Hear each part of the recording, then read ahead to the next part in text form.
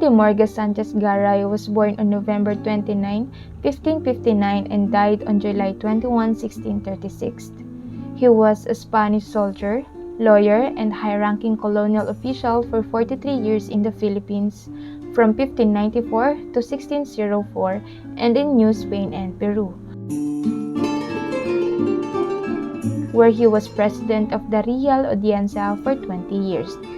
He was a historian as well, and after being moved to Mexico, he published Sucesos de las Islas Filipinas in 1609, which is widely regarded as one of the most important books on the early history of Spanish colonizations of the Philippines.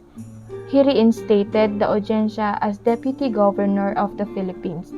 He assumed the role of judge or oidor. He also led Spanish ships in a naval fight against Dutch corsairs in 1600s, but was defeated and narrowly lived.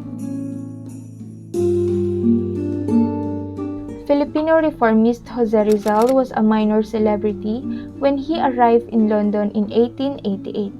His first novel, The Noli Me Tangere, published in 1887, was praised by Spanish and Filipino liberals in Europe but condemned by the Spanish colonial government and the Catholic Church in the Philippines.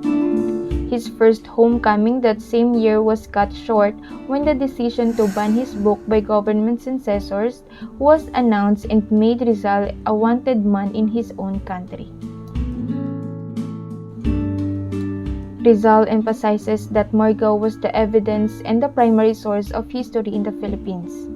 Rizal argued that Filipinos before has their own culture and did not require a new religion or civilization from Spain. The discovery of Morga's Sucesos de las Islas Filipinas proved to be serendipitous to Rizal.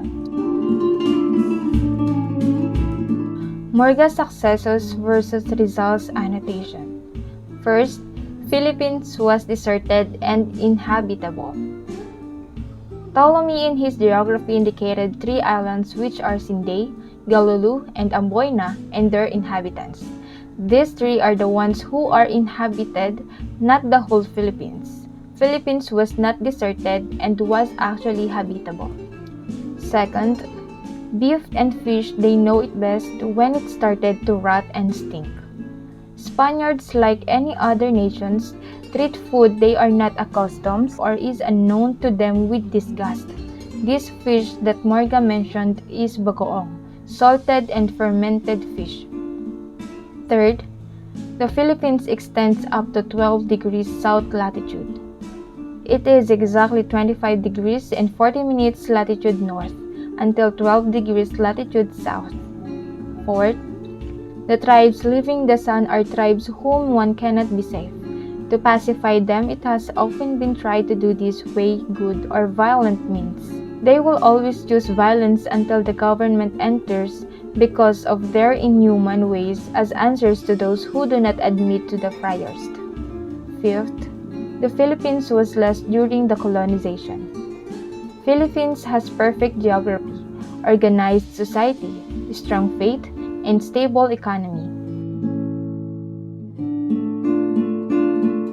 Objective of Rizal. First, to awaken the consciousness of the Filipinos regarding their glorious ways of the past. Second, to correct what has been distorted about the Philippines due to Spanish conquest. Third, to prove that Filipinos are civilized even before the coming of the Spaniards.